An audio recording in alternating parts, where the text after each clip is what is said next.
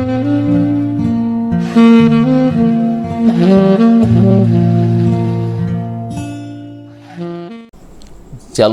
dan selamat berjumpa kembali di akhir pekan Sabtu 18 Juli 2020. Kita akan mendengarkan firman Tuhan dan merenungkannya.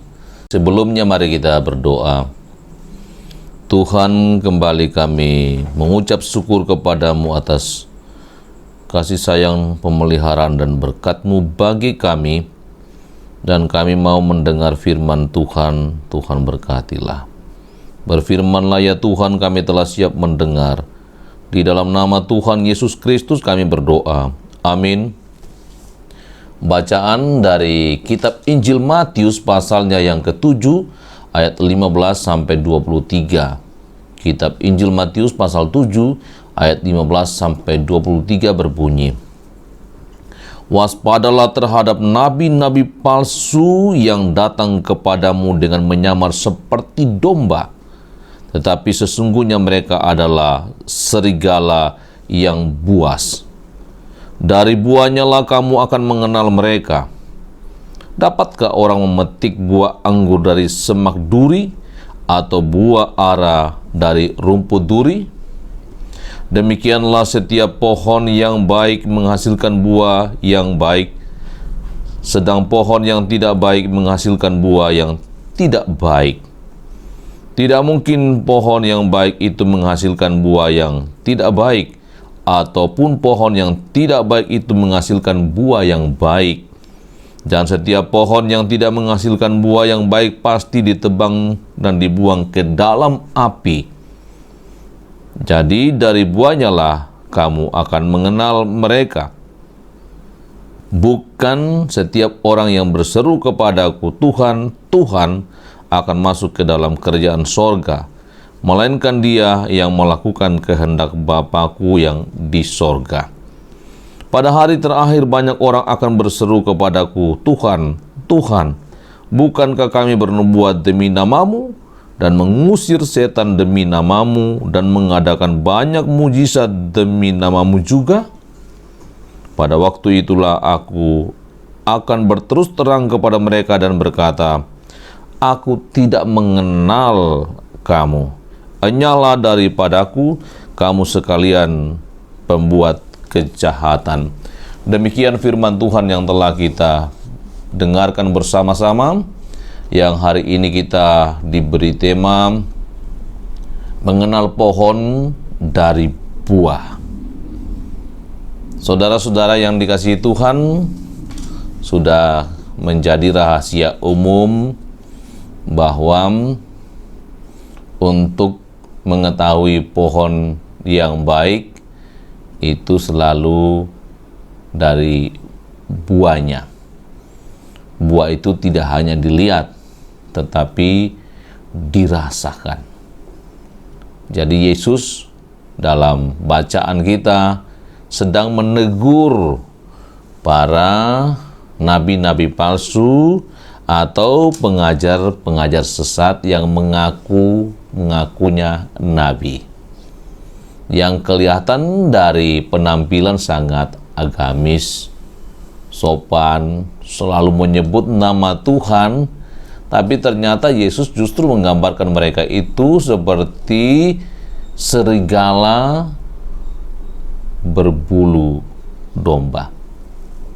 Jadi kelihatannya mereka baik, tapi ternyata mereka itu digambarkan sebagai serigala, bahkan serigala yang buas. Nah, karena itu Yesus mulai memberi contoh dengan menggambarkan tentang buah yang baik itu. Buah yang baik itu dari pohon yang baik. Dan buah yang tidak baik dari pohon yang tidak baik.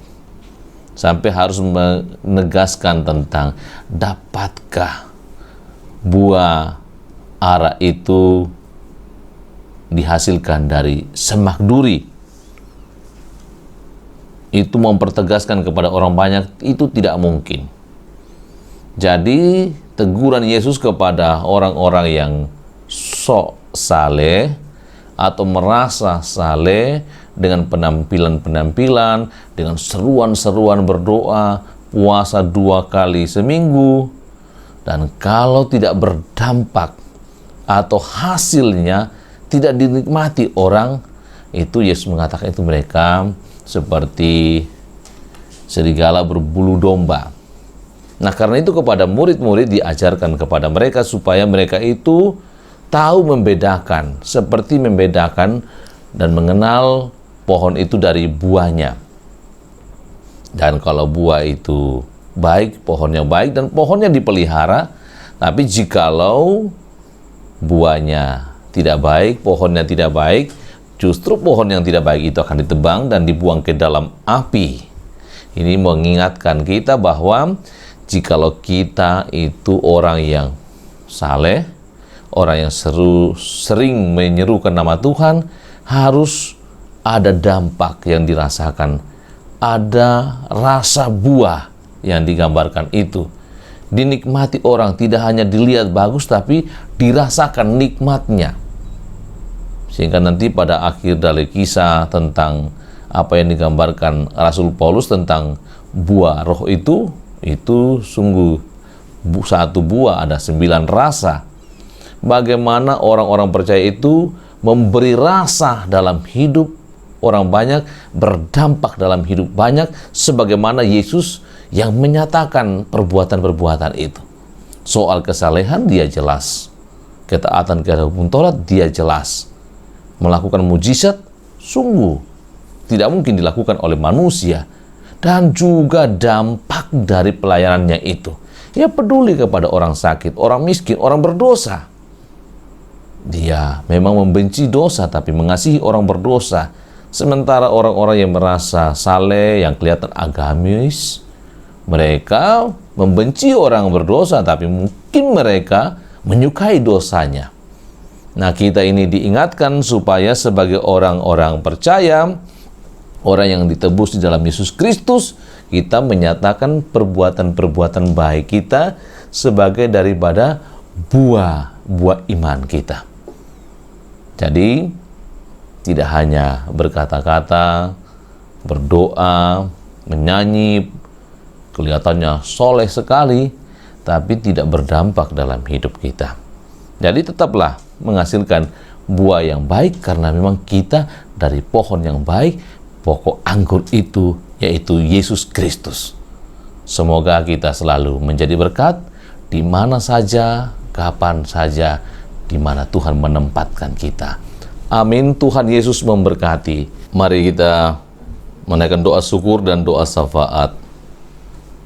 Kembali kami mengucap syukur kepada Tuhan atas kasih sayang Tuhan, sehingga kami boleh mengikuti renungan yang terus mengajarkan kami untuk berbuah, karena dari buahlah orang akan mengenal pohon. Tuhan, biarlah kami ini berbuah karena Yesus Kristus adalah pokok anggur kami. Engkau terus memberkati kami dan memberkati seluruh jemaat Lobatua, sahabat-sahabat dunia maya. Memberkati, menguatkan yang lemah, memulihkan yang sakit, menolong mereka dalam tugas dan pekerjaan, serta anak-anak dalam pendidikan.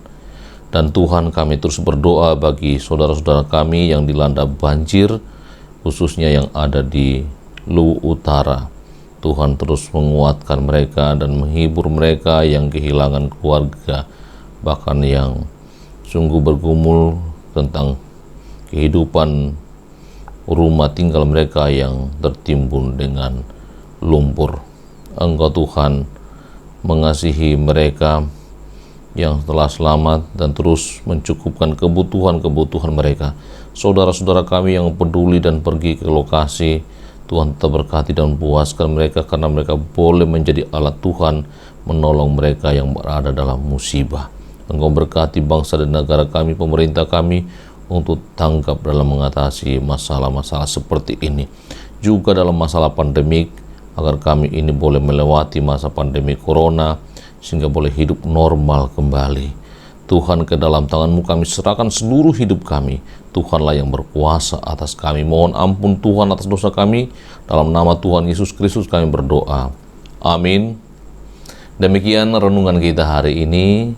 kita tetap berdoa untuk saudara-saudara kita yang mengalami bencana banjir bandang di Luwu Utara, juga di beberapa tempat di Indonesia ini. Terima kasih.